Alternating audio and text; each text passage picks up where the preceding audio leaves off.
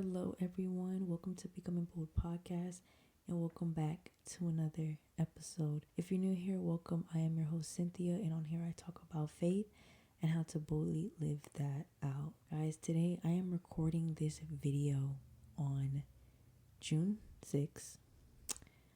A year ago, my dad has passed away on June 5th. So I just felt like it was right to just talk about how I navigated through that time from last year up until now, and how the Lord has kept me, how He's truly kept me during this time of grief. My dad was the first loss I've ever experienced of 20 years of living, okay? He was my first ever death that I've ever experienced.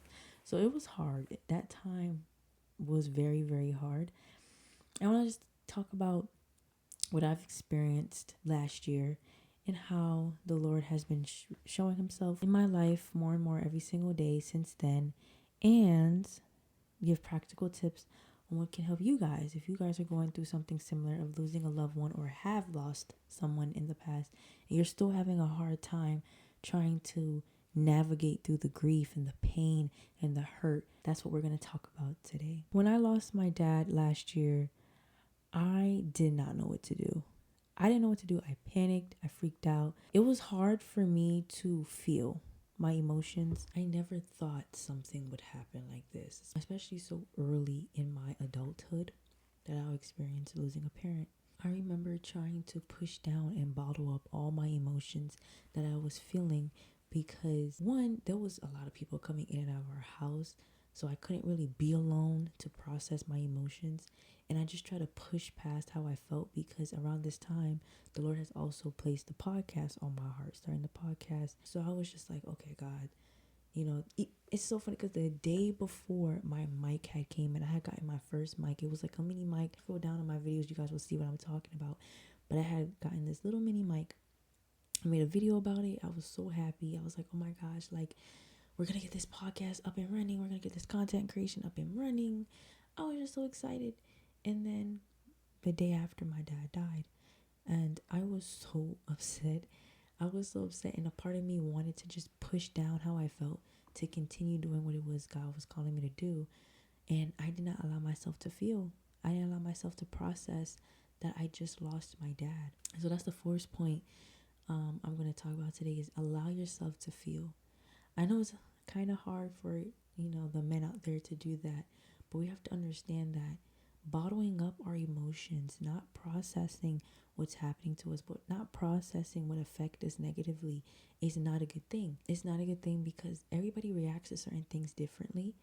And if you don't address how you are feeling, it can lead to you doing things that if you were rationally thinking, you would never do. So allowing yourself to feel, allowing yourself to process what's happening, allowing yourself to process the change.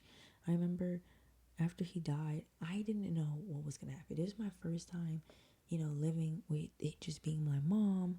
I've heard people talk about how it's like living with a single parent. That was my first time ever experiencing living with a single parent, living in a single parent household.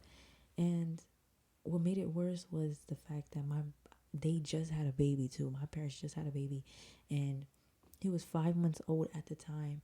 So I had to kind of be there for both my mom and my baby brother because my mom wasn't mentally there. When I did get the chance to be alone, I remember just crying out to God, crying to Him, saying, Lord, what is happening in my life right now? You did not tell me this was coming. You did not prepare me for this because I never lost anybody in my life before. So I'm going to need you more than ever. Okay. So I cried about it, vented to Him, my frustrations. I said all my frustrations, my sadness. I was just giving it all to Him, and it kind of helped me process my emotions a lot better. And when I did bring it to God and was talking to Him about it, one of my biggest concerns was the fact that my dad did not let me touch anything relating to car.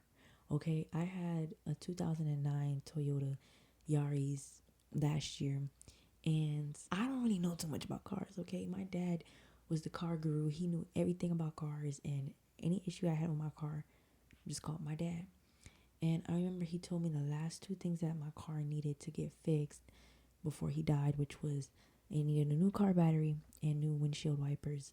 And I remember when I went to AutoZone to pick up the battery, and I had went to Pep Boys to get it done. They were like, they couldn't install my battery for free. I had to buy a battery with them in order for them to install it for free. And I remember calling AutoZone. I'm like, do you guys install it for free? Because they're trying to get me to pay to return the battery, pay for the battery here to get it installed. And they're like, oh yeah, we can just do it. And I remember the guy was just like, you never knew that? Like the both of them, the guy on the phone and the guy at Pep Boys said that to me. And I was like, listen, I just laughed. I was like, listen, my dad just died. I don't know what I'm doing. I never done anything car related before. Please, please, please. And the guy just felt so bad. And I was just like, because I was still in the middle of just processing everything, trying to do everything car related on my own now. I can say one thing about God, guys, is like when you tell him how you feel, when you tell him how you want him to show up in that moment, he will do it. Because one of the biggest prayers I was praying was, Lord, be the father in my life. I mean, he was already the father in my life, but I needed him more. I needed him to show up more as a father in my life. And he did that. Months later, he ended up getting me a brand new car. And I don't have to worry about car issues anymore, because now that I have a 2026 now, those cars kind of tell you everything that goes wrong with the car. So you don't have to assume, oh, this is what's wrong with it, this is what's wrong with it, because it tells you. In my 2009, it didn't do that. I mean, it tells you some things, but not everything. And so that's one thing I'm just so grateful for. Like he's been showing up as a father since losing my dad. And I'm just so glad I actually gave it all to him. I cried about it, told him what I felt, told him what I needed at that moment, and he showed up. The second thing I wanted to talk about is be careful who you take advice from during those times when you're vulnerable. The reason why I say this is because, guys, I cannot tell you the amount of advice me and my family, my brothers and my mom, have gotten that was not wise. But at the time it seemed right because we were so vulnerable, we were so desperate, and we were so sad. Starting off with the advice that my mom has gotten, coming from a Haitian household, the way they kind of drive out spirits is by, rituals and all these different things. And I'm not with that, guys. I am sorry. I am not with that. I am only with prayer.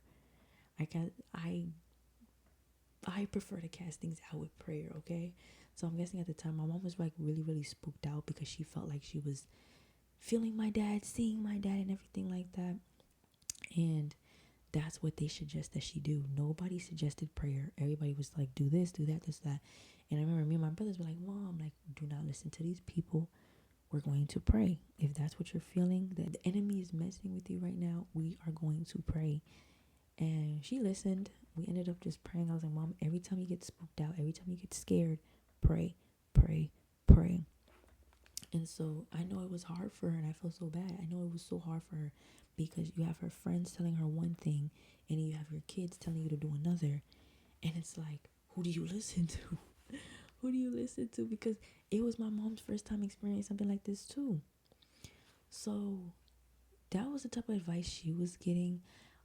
It was to the point where when some of them did get to her and she actually did do it, I remember anointing the house with the oil, the front of the door, our room doors, because guys, I cannot tell you the amount of people that was going in and out of our house. It was to the point where our door was unlocked because we've had so many people come over to support us with our dad, and it was to the point where it's people I've never seen before, people I haven't seen in years. You don't know who's carrying what. So I had to know that's what, guys, that was a time. That was a time. But the advice that I was getting was, well, me and my brothers, we were getting the advice of continue off with school, do what our dad wanted us to do. And then the separate advice that I was getting was be strong for my brothers, be strong for my mom, be there for her, continue school. And I was taking the advice. I was taking it. But then I realized that these people that were telling me these things did not put themselves in my shoes. Guys, I am the oldest daughter. I am the oldest daughter. My mom wasn't mentally there to take care of my baby brother, who I said was 5 months at the time. So I had to put on my big girl pants while processing my dad's death. I had to make sure my baby brother was fed. I had to make sure he had his playtime. I had to make sure he was in bed. And he caught a cold around that time, so I had to make sure he was okay. And nobody else was helping me. No, all these people that was giving me this advice, nobody else was helping me. So not only was I processing my dad's death, but I was a caregiver to my baby brother and had to make sure everything was okay with my mom and my brothers. So they were giving me this advice as if this is not a lot for someone. I was 20 at the time. That was a lot for me because this was my first time taking care of a baby, because me and my brothers were not around babies at all. It was just the three of us our entire lives. And so I had to learn how to take care of a baby. I had to learn how to process my emotions after experiencing my first death ever. And people were just telling me to be strong. And then when I went to God about it, he just told me I'm allowed to be weak. I'm allowed to be weak. I'm allowed to cry and let it all out and ask him for strength, guys. I had to ask him for strength every single day because everybody had this expectation on me to where they needed me to show up strong every single day. The only person I can say that gave me advice that was considerate was my coworker at the time. She told me that I should try to take a gap year, if not a semester off, because the fall semester was approaching. I was going to do summer school, but obviously my dad passed away in the summer, so I just spent the entire summer grieving. And school was starting back up in August, and I was like, you know what? You know, she was the only person that told me that, but I don't think that's the right thing to do. Like I said, I was still like processing everything. And so I ended up going back to school in August, and then months later, I think it's September, October, we found out my grandma had cancer. But she had cancer for years already. It was just her and my dad were best friends. So I think she got depressed and the cancer just took over. I didn't even process fully my dad's death. Now come to find out, my grandma has cancer and it's eating her. And by the time we found out to when the doctors told us how much time she had left, they were like, it would be a surprise if she does make it to January 1st, which means we only had 2 months to be with my grandma. And she ended up passing away in December 4th. So almost literally a day apart of being 6 months since my dad's death. And I truly wish that I didn't listen to the advice some people were telling me with rushing the grieving process and going back to school and not taking some time off, because during those times I was failing my classes, and I did end up failing one of my classes. And I guess with the college I go to, I don't know if it's all colleges, but if you fail a class twice, it'll show up on your records. In this class I did fail once because my dad ended up losing his job earlier of 2025, and I had to be there for my baby brother before he died. And he was only on the job for 8 days. The job that he found, it was a blue collar job. He was only on the job for 8 days and then passed away. And so now I failed the class again. So it's on my records, and I really, really wish that I thought thoroughly about which advice I took, because now that's a permanent thing that's on my records if I try to go back to school or if I try to transfer.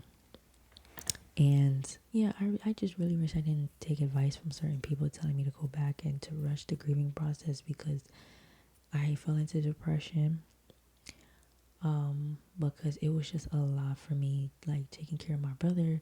My mom had to go to my grandma's doctor's appointments to try to get treatment for the cancer, so she was rarely home. So I had to be home with my baby brother and my other brothers, go to school on campus. So it was really just me at the house, and the classes I had were kind of difficult. It was accounting and personal finance, and they were online courses, so you guys already know how online classes are. They're more work, it's not like they're hard, but it's just more work. And I was having a hard time keeping up with the random doctor appointments, because there'll be days where like she'll wake up and she'll be cold because she needs like a blood infusion, because she just was losing so much blood. So my mom will have to rush her to the hospital so she can get blood given to her and stuff like that. It was a whole thing. And on top of that, I went back to work. I took a month off of work when my dad passed away. I went back in July, the second week of July, after 4th of July. I just fell into depression because there were certain days where I had to call off of work. Bills were piling up because I was so backed up from taking a month off. Like, bills were just piled up.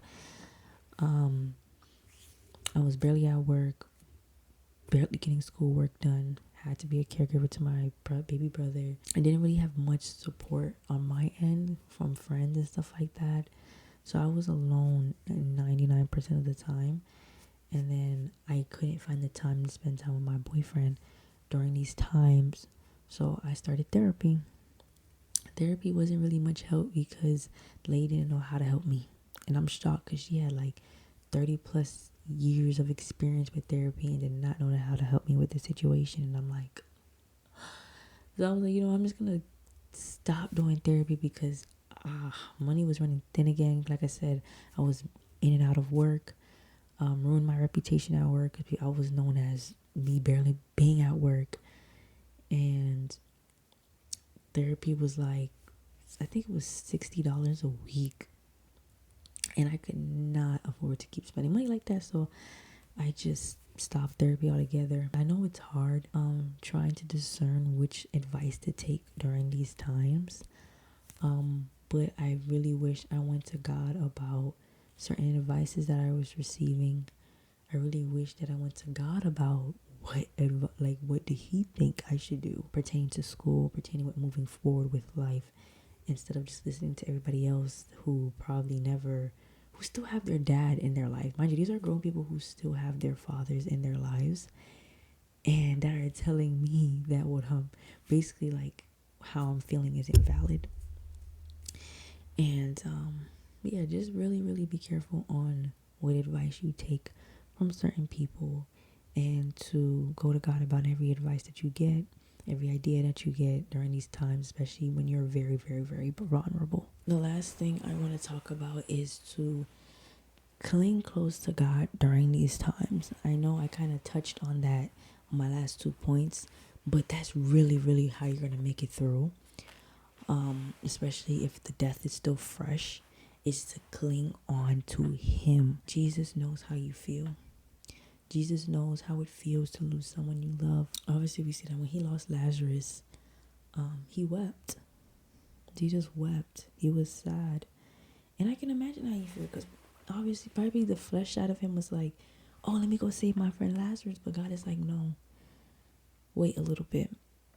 And so I can imagine how he felt like he had the power to stop his friend from dying, but it just wasn't the right thing to do at the time. He had to do it on God's timing, and he wept. So Jesus knows how it feels to lose someone close to you, to lose someone that you love dearly. So cling on to him. He tells us to cast all our burdens onto him because he cares about us. You don't have to go through this alone. You don't have to. If anything, Jesus knows how you feel. And tying in what I said in point number 2 is, when you're vulnerable, you're so easy. It's so easy for the enemy to attack. It is so easy because everything looks good, everything sounds good, and that's how we have certain people turning to certain things for that comfort. Guys, when I tell you, every single day I was praying and asking the Lord to give me strength for today. Every day. I didn't worry about tomorrow. I was like, Lord, help me get through today, because today was already heavy. Today is already heavy enough. He'll get you through today. He'll get you through. Read verses that are encouraging. Read stories that relate. And now I can definitely say, now looking back at everything a year later, The Lord truly has kept me, and He was there every step of the way. When His 1 year anniversary came yesterday, I was just laying in bed and I was just like, wow, God, you've been a father to me for a whole year. You've kept me for a whole year. Guys, I did not think that life would be good not having a dad. I did not think that. But God made it to where He stepped into that role. God stepped into that role as a father.